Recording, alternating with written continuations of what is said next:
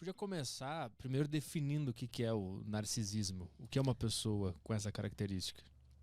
Tá, ao longo da história da psicologia, narcisismo significou diferentes coisas, mas o que eu quero focar especificamente é no transtorno de personalidade narcisista. Tá.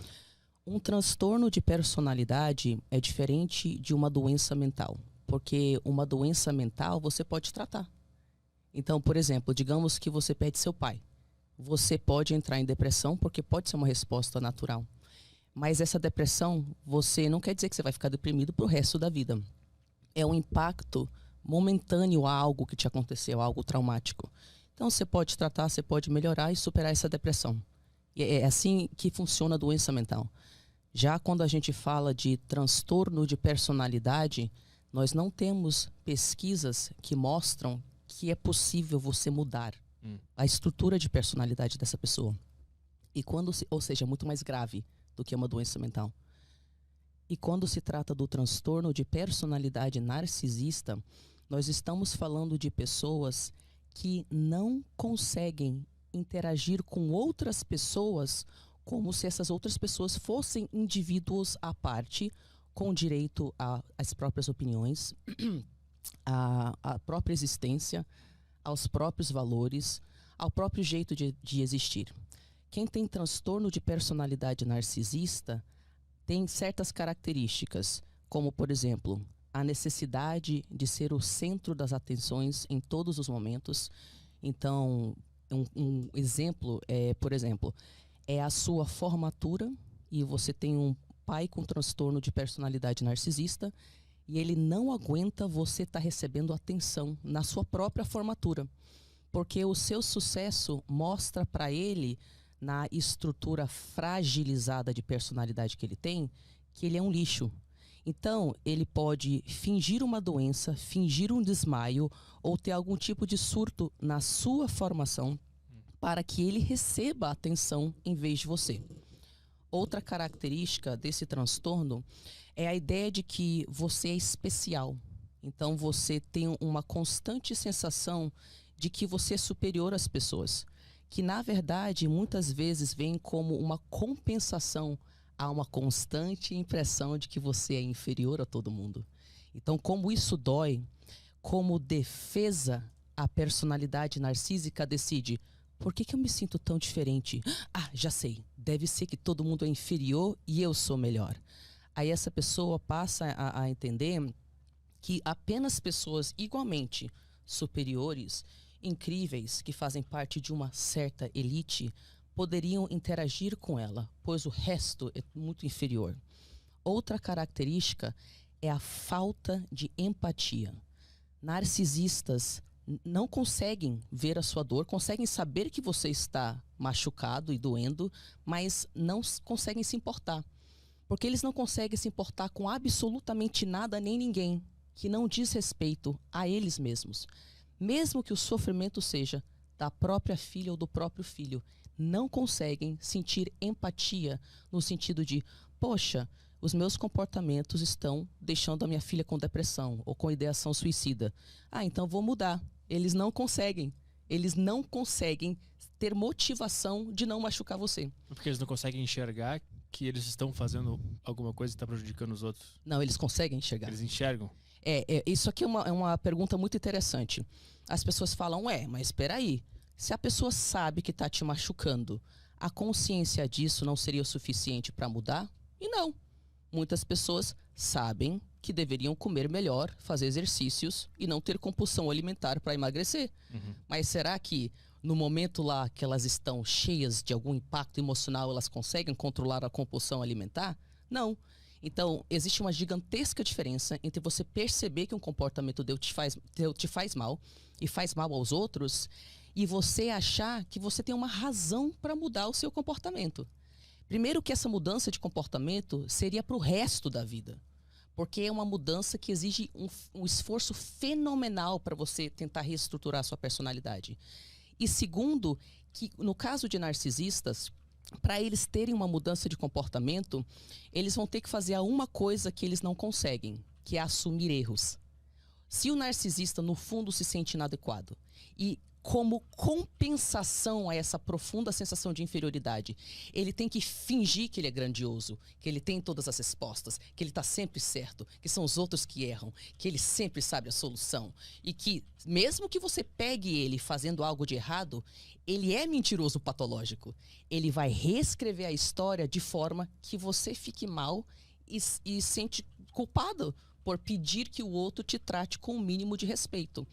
Narcisistas não conseguem mudar um comportamento porque eles não têm motivação.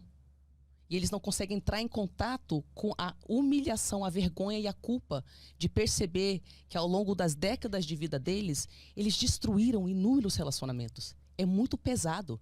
Quando uma pessoa descobre que tem transtorno de personalidade narcisista, ela quer fazer de tudo para não enxergar isso.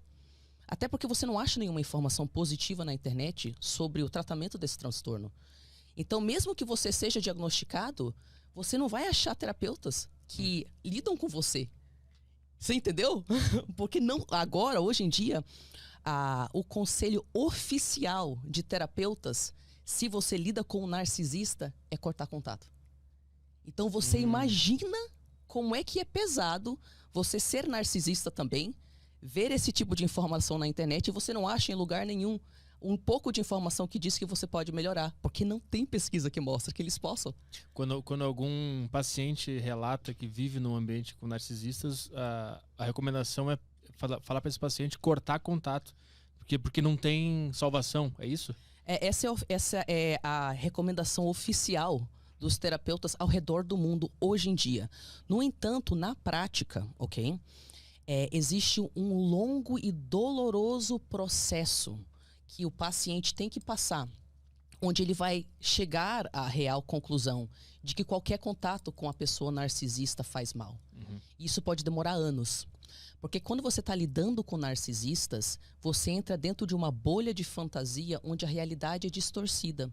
E tudo que você sente, tipo, no corpo e no coração, que seria um tratamento injusto da parte da pessoa narcisista, você não consegue verbalizar o que é, porque é muito sutil. São coisas tão sutis, às vezes é mais gritante, se o narcisista tiver um perfil de personalidade mais abertamente agressivo. Mas os abusos são tão sutis que eles vão desestruturando a vítima a ponto dela perder personalidade. Ela não consegue confiar em nada que ela mesma pensa. Então ela não consegue validar para si mesma que o que o narcisista está fazendo com ela é abuso. Tem alguns exemplos reais, assim, pra gente conseguir entender melhor essa situação? Exemplos reais, se diz assim, na mídia? Ou de pessoas que tu já tratou, que tu conversas, obviamente sem falar o nome, só pra gente... Porque quando a gente traz exemplo, fica mais claro o que tá acontecendo nesse ambiente, tá, né? eu vou contextualizar no caso da família mesmo, porque é um dos casos mais difíceis de reconhecer. Então, vamos lá. Imagina que você cresce num ambiente onde você nunca conseguiu sentir que a sua mãe enxergava você. Então, toda vez que você olhava dentro do olho da sua mãe, ela não estava lá. Você não conseguia ver ela te enxergando. Isso desde a infância. E você achava isso um pouco esquisito, porque quando você via as mães das suas amigas, elas olhavam para as filhas e demonstravam prazer naquele indivíduo. Mas você, até aí tudo bem. E aí você vai percebendo que toda vez que você tem felicidade na sua vida, a sua mãe se incomoda com aquilo. E você percebe, caraca, minha mãe fica infeliz com a minha felicidade. Porque a personalidade dela faz com que ela não consiga ver ninguém tendo sucesso. Qualquer sucesso alheio mostra para ela que ela é um lixo. Então, quando a sua própria mãe vê a sua felicidade, ela começa a colocar várias ideias na sua cabeça de que você não é boa o suficiente, você só teve aquela felicidade porque você é filha dela, aquilo vai embora, você vai errar, você conseguiu aquilo, mas na verdade aquilo é lixo. Pessoas muito negativas.